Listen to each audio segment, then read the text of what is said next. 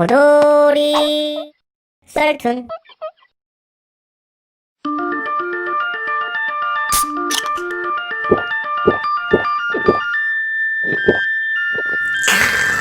아우 시원해. 추석에 TV로 좋아하는 아이돌을 보고 있었어요. 진짜 잘생겼다. 그때 갑자기 외삼촌이 제 쪽으로 오더니 쟤는 생긴 게 되게 여자같이 생겼네. 저 빨간 머리. 여자 같다라 뭐 이쁘다는 의미겠지? 특히 빨간 머리 아무나 안 어울리는데 피부도 희니까 역시 내 최애. 그러면서 대수롭지 않게 여기고 얼굴 감상 중인데 저거 딱 봐도 피부 화장한 것 같은데. 어휴, 왜 남자가 화장을 해? 호모야? 뭐? 잠시 호모가 내가 알던 그 호모가 아니겠지 하고 검색했는데 일방적으로 일컫는 게이라는 말이 아닌 모욕과 경멸적으로 쓰이는 단어더라고요. 아니 지금 이걸 우리 오빠가 이쁘다는 이유로 말한다고? 이뻐서 연예인하고 화장한다는 이유로? 화가 머리 끝까지 났지만 침착하게 릴렉스 컴다운 시키고 이야기를 꺼냈어요. 삼촌, 호모라뇨. 그런 단어는 듣기만 하는 저도 기분 나쁘네요. 게다가 제가 좋아하는 연예인인데 앞에서 욕하면 좀 그래요. 아니 내가 틀린 말 했냐? 솔직히 보니까 저거 춤도 잘 못 추네. 생긴 것도 마음에 안 드는데 내가 느낀 거 표현도 못하냐? 솔직히 연예인들 화장은 기본이죠. 방송에 나와야 되는데 맨 얼굴로 나올 수는 없잖아요. 화면빨도 받아야 하니까. 메이크업은 요즘 누구나 해요. 근데 그걸로 그런 발언은 좀... 내 말을 건성건성 듣는 척 하더니 다시 어휴, 호모 새끼. 그때 아슬아슬하게 버티던데 이성이 뚝 끊어지고 좀 그만하라고요. 내가 뭘 그만해. 저런 호모 좋아하는 네가 이상성욕자 아니냐? 뭐요? 와 진짜 이렇게 사람 기분 나쁘게 말하는 것도 재주다. 삼촌도 나중에 딸 낳을 수 있는데 그때 딸이 좋아하는 아이돌한테도 이딴 발언할 거예요? 그리고 화장한다고 호모끼라고 욕하는 삼촌도 여자 아이돌 좋아하잖아요. 여자는 화장해도 되고 남자는 하면 호모라는 거예요? 아니면 그냥 삼촌이 꼰대인 건가? 진짜 더 험한 말 나올 것 같으니까 입 다물고 신청해요. 아니면 호모 삼촌이라고 부를게요. 야, 너 삼촌한테 그딴 말... 아우 죄송해요. 제가 꼰대 알러지가 있어서. 처음엔 당황함이 강해 보이던 삼촌이 울컥했는지 자리를 피하더라. 뭐 나중에 시간 좀 지나고 나서 화나서 말이 강하게 나간 것 같다고 말하니까 본인도 반성했는지 진심으로 사과하더라고. 그 이후로는 습관적으로 무의식으로 뱉던 말을 좀 조심하는 눈치야. 저희 집안은 보살님 집안이에요. 어렸을 때부터 이상한 기운을 느끼고 가끔 사람이 아닌 무엇인가를 보기도 합니다. 친구의 관상을 보기도 하며 조금은 특별하게 지내고 있었어요. 그러던 어느 날 제가 친구랑 길을 걷고 있었는데 얼굴을 보니 복이 많은 상이네. 그런 말 많이 들으셨죠? 라고 말을 걸어오는 아줌마 두 분이 계셨어요. 가만히 쳐다보니 이어서 너무 관상이 좋네. 근데 뭔가 위에서 화가 난 것 같아요. 관상이 좋아 보이죠? 근데 위면은 어딜 말하시는 거예요? 조상님들이 많이 힘들어 보이세요. 앞서 말했듯이 저희 집은 보살님 집안이라서 가족들이 이미 조상님 신을 모시고 계십니다. 근데 가쁜 조상님을 찾으시니까 어이가 없어서 웃음이 나오더라고요. 그래서 막 웃으면서 말을 받아쳤어요. 하하, 조상님이요? 근데 저희 조상님보다 그쪽 조상님은 괜찮으실까 모르겠네. 맞다. 요즘 어깨가 많이 아프죠? 요즘 하는 일마다 잘 안 풀려서 고민이 많죠? 그거 잘 풀리고 싶지 않아요? 며칠 전에 길에서 넘어졌죠? 다리 다쳤을 것 같은데? 아닌가? 맞죠? 그러자 당황하며 다리를 보면서 말을 더듬더라고요. 놀랄 거 없어요. 우리 조상님은 잘 지내시는데 너희 조상님은 잘 안 계신가 해서 물어보려고. 요즘 일이 안 풀리는 거 어떻게? 별거 없어요. 그냥 너희 얼굴에서 다 보이는데. 더 봐줄까? 나도 너희 봐주려면 정성이 필요할 것 같은데 좀 줄래? 아니 뭐해? 나도 정성이 필요하다고. 이렇게 말하니까 도망을 가더라고요. 옆에 있던 친구는 말하더라고요. 어떻게 맞췄으면 진짜로 보이냐고요. 응? 나 관상 볼 줄 알잖아. 그냥 표정도 안 좋아 보이고 요즘 코로나니까 누구나 일 잘 안 풀리잖아. 그리고 무릎이 다쳐 보이는데 다친 지 며칠 안 돼 보여서 찔러본 거고 어깨는 말하면서 어깨 돌리길래 아픈가 했지. 그저 친구는 엄청 웃으면서 엄지척을 들더라고요. 어쩌면 좀 사기친 거지만 어차피 그 사람들이 하던 방법이잖아요. 그대로 돌려준 거니까 참교육이 되지 않았을까요? 제가 투블럭일 적 제 친구들한테도 밀리지 않는 외모였고 키도 170으로 평균 여성들보단 큰 편에 속했습니다. 어느 날 남사친이랑 약속 장소로 가고 있던 도중 작고 아담하신 여성분이 저희에게 번호를 여쭈어 보셨고, 그때 전 남사친에게 말했겠지 하고 가만히 있었는데 남사친이 그쪽 못생겨서 이상형 아니라고 얘기하고 있던 중 그 여성분이 그쪽 말고요, 여기 피부 희고 마스크 쓰신 분이요. 그 말을 듣고 남사친 자식이 씩씩거리면서 먼저 갔고 저는 여자라고 사과드리고 뒤에 느긋하게 갔어요. 약속 장소에 도착해서 친구들이랑 마시면서 이야기 중에 갑자기 남사친, A라고 부를게요, A 자식이 또 시비를 걸더라고요. 나보고 레즈인 거냐 트젠을 꿈꾸냐, 이 외에도 진짜 귀 썩을 듯한 모욕적인 말들 듣자하니 어이가 없어서, 야, 내가 여자를 좋아하든 남자를 좋아하든 둘 다 좋아하든 무슨 상관이야. 그리고 머리 긴 남자 아이돌은 트젠 꿈꾸는 개이냐?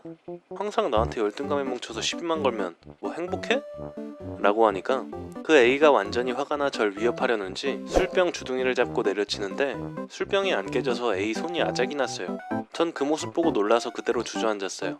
술집 손님들과 종업원분들 중 남성분이 친구들과 같이 그 A 잡아서 구석에 몰아넣고 여성분들과 친구들이 괜찮냐고 안아주고 달래줬습니다.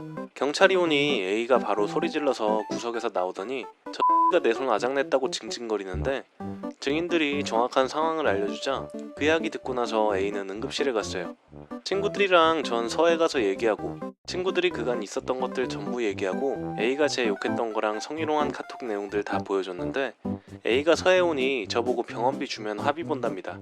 그때 경찰관분들이랑 다 벙쪄서 눈만 꿈뻑이고 있을 때 A 부모님, 저희 부모님이랑 오빠가 왔는데 A 어머니가 제 뺨을 치시더라고요. 내 아들 손 어쩌냐고. 저희 가족 다 있는데 또 말이죠. 경찰관님이 뭐 하시는 거냐고 소리 지르시고 그간 있었던 일 다 얘기하니 A 아버지께서 제게 무릎을 꿇으셨습니다.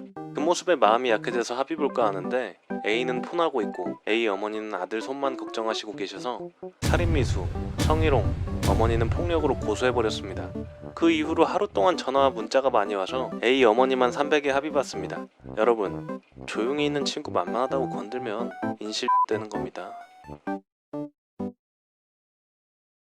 먼저 이 이야기의 주인공은 고등학교를 졸업하고도 아직까지 잘 지내고 있는 제 친구의 이야기예요. 그 친구는 중학교 때 따돌림을 당하는 친구였답니다. 초등학교 때는 어떤지 몰라도 중학교 때는 조용히 책만 읽는 그런 친구였다고 해요.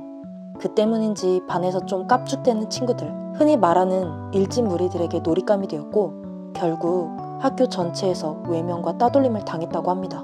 솔직히 조용하고 구석에서 책만 읽는 성격이 따돌림 이전부터 있었는가, 그 후에 생겨버린 성격인가는 잘 모르겠지만 그 버릇은 고등학교 때에도 나타나더라고요. 제가 다녔던 초, 고는 워낙 시골인 곳이라 같은 지역에 있는 학교를 나왔습니다. 하지만 중학교는 저희 동네가 아닌 다른 동네를 나와서 적응 못하고 혼자 있는 친구들이 마치 내 중학교 시절을 보는 것 같아서 방치할 수가 없었죠. 반 배정을 받고 난 이후 약 일주일을 홀로 보내던 친구를 관찰했습니다. 결국 그는 아무랑도 어울리지 않고 있다는 판단이 들었고 저는 직접 그에게 다가가기로 다짐을 하게 되었답니다. 야, 안녕? 안녕? 처음에는 제 인사를 받고 되게 당황하는 모습이 귀여웠습니다. 재미도 있었고요. 비록 3분도 안 되는 짧은 대화였지만 그는 저랑 좋은 친구가 될 수 있을 거라고 생각했습니다. 결국 제 예상대로 그는 제게 최고인 반 친구가 되었답니다. 매점을 갈 때도 또 다른 친구를 만날 때에도 늘 함께 다녔어요. 그리고 그 후로 정확하게 1년하고도 몇 개월이 지난 어느 여름이었습니다. 누군가 더위를 심하게 먹었는지 제 친구의 얼굴을 사정없이 때렸죠. 야, 누구한테 맞았냐? 아니야, 맞은 거. 자기는 아니라고 하지만 퉁퉁 부풀어 오른 한쪽 눈과 곧 터질 것 같은 울망거리는 눈매가 누군가에게 맞았다는 걸 충분히 알리고 있었죠. 저랑 중학교 절친은 대체 무슨 일이 있었냐면서 물었습니다. 하지만 그는 따돌림의 경험 때문인지 아니라니까 그냥 매점이나 가자, 아무 일 없다며 같이 매점이나 가자는 말을 꺼냈죠. 지금 매점이나 갈 때냐. 그런 일이 있고 한 3일 정도를 진지한 표정으로 물어보고 격려하고 무슨 일 있으면 말해보라는 자신감을 내보인 결과 그는 무거운 입을 천천히 열었습니다. 대충 내용은 같은 중학교 출신의 어떤 남자아이가 자신의 말을 알아듣지 못한다고 사정없이 팼다고 합니다. 그냥 때린 것도 아니고 복부를 발로 차고 밀치고 그랬어요. 그 이야기를 들은 저는 중학교 절친과 함께 경로하게 되었답니다. 폭력을 행사한 이유가 너무 어처구니가 없었고 사람의 몸에서도 특히 얼굴을 때렸으니까요. 결국 저희는 그러지 말라고 괜찮다고 저지하는 그 친구를 뿌리치며 그에게 달려갔답니다. 왜 그랬냐고 크게 따지고 사과까지 받아내려고 말이죠. 어떻게 보면 괜한 오지랖으로 보일 수 있지만 다른 친구도 아니고 제 가장 친한 친구였고 또 그 친구를 제외한 다른 친구들에게도 좀 딱딱하게 반응하는 그 친구가 딱히 좋게 보이지 않아서 그랬던 것 같아요. 아무튼 그렇게 그 애를 찾아가 얘기를 한 결과 내가 뭘 잘못했는데? 그는 적반하장으로 자기는 결백하다고 따졌죠. 오히려 얘기를 제대로 못 알아듣는 제 친구를 비아냥거렸죠. 이야기가 안 통했습니다. 저희는 고민 끝에 그냥 선생님께 알리는 방법을 선택했어요. 사건은 생각보다 난리가 났답니다. 아무래도 자신의 아들이 중학교 때 따돌림을 당한 경험이 있어서 그런지 제 친구 부모님이 가만히 안 놔뒀습니다. 분위기상 고등학교 때 잘 지내던 제 친구를 무슨 이유로 때렸냐는 그런 분위기였죠. 결국 제 친구는 그에게 직접 사과까지 받아내고 그의 부모님과도 일이 잘 풀렸다고 합니다. 어떤 일이 있었는지 계속 물어보기에는 다소 신뢰가 되는 부분이기 때문에 담소 중에 나온 친구의 언행과 제 친구를 때린 가해자의 행동으로 추측만이 가능했죠.